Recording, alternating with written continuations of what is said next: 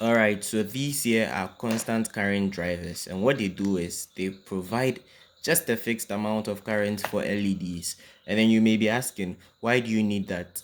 LEDs are very greedy. If you give an LED 1 amp of current, it will gradually pull and pull. It will gradually spike up till it finally pulls what it can't take and is going to burn out. That's why when you are doing all these Arduino sketches and blink sketches and all of those things, you put current limiting resistor in series with a pin to toggle those small LEDs. But then you can't directly drive this type of LEDs, this huge type of LEDs from an Arduino and ESP32 pin. It's just not possible. So you might be thinking, oh, you could use a transistor or a MOSFET. Well, while that is very valid, you still have to find a way to step down the current enough so that your LEDs wouldn't burn out. So let's move on to the main thing for today, which is this and what I went through to set this up. So I bought this from China, and then upon getting it, there were some few things I had to complain about. First of all, there was this capacitor on there that was charging up and then discharging slowly, so I had to remove it. Initially, when it was there, when I ran the LED driver, when it's off, you'd see the LED slightly glowing till it finally goes off, and it was really annoying. So I had to take that off. Since this is a hysteric buck converter, there's no problem with that. And then the next thing is that I was really scammed, because like this whole thing you see here on the page of the place I bought it from, they claimed that it was a PWM constant current driver. That claim was fake. Not because it can't do PWM, but because it's not natively built to do PWM. It's not natively built to do PWM. So in essence, the chip that is there wasn't really designed to do PWM.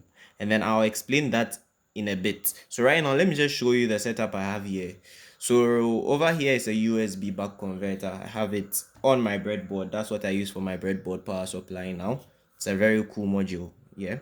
So what it does is it takes 5 volts from my laptop, steps it up to any voltage that I want, so that we can drive this LED driver, which is like rated 12 volts. So let's turn that on and see what happens. So right now I have that set to 12.9 volts. The reason why I don't have it set to normal 12 volts is because the LED needs the driver needs a forward voltage higher than what the LED will need. So if your LED is rated 12 volts, you need to drive it at 13 volts or 14 volts to make up for the voltage drop. If not, you are going to be running this at 10 volts and it's going to be dim. So there we have it. It's working fine. Yeah, my output is being fed into the buck converter or the constant current driver, and then it's driving the LED very nicely right now. And yeah, it's a very nice thing. And since I removed that capacitor from there, immediately I turn it off, it goes off, and immediately I turn it on, it turns back on. I can also increase the voltage over here, and I'm still going to get the same current flowing through my circuit. So right now, on the issue of PWM, I'm going to get my ESP32 over here. Yeah, this is a C3. I have a running MicroPython, and then I have a sketch on there. Unfortunately, I won't be able to show the sketch. I wouldn't be able to show the sketch, but yeah, let's just see what I set up here.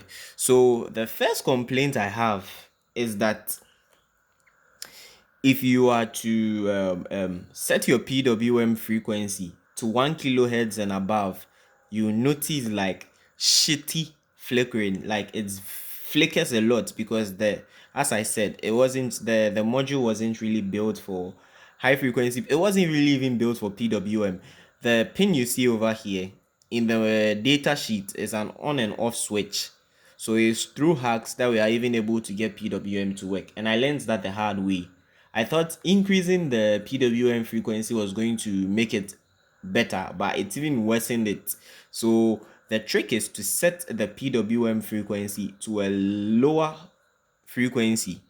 Yeah, you set it to 200 hertz and below. So for me, the sweet spot was from 100 hertz to 150 hertz, and from there it started working fine. So yeah, I have my PWM output from my ESP32 C3 on pin 2. So the orange line is ground, so we are going to connect to the pins over here, ground, and then we connect the next pin to PWM over here, and there we have it. So we are going to turn on our power supply, and there we have it. You can see it's dimming quite beautifully right now.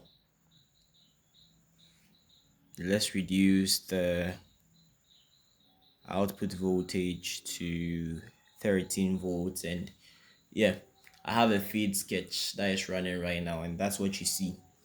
And even though we are running it at a lower frequency, when it gets to the high brightness and the duty cycle is almost at 100, you notice a little bit of flicker.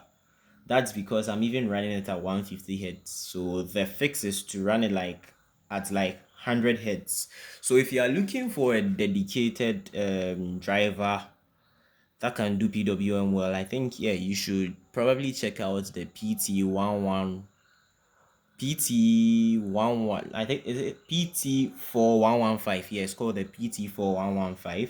And then that one is more designed. It can even accept analog input, so it's a more nicer driver than this.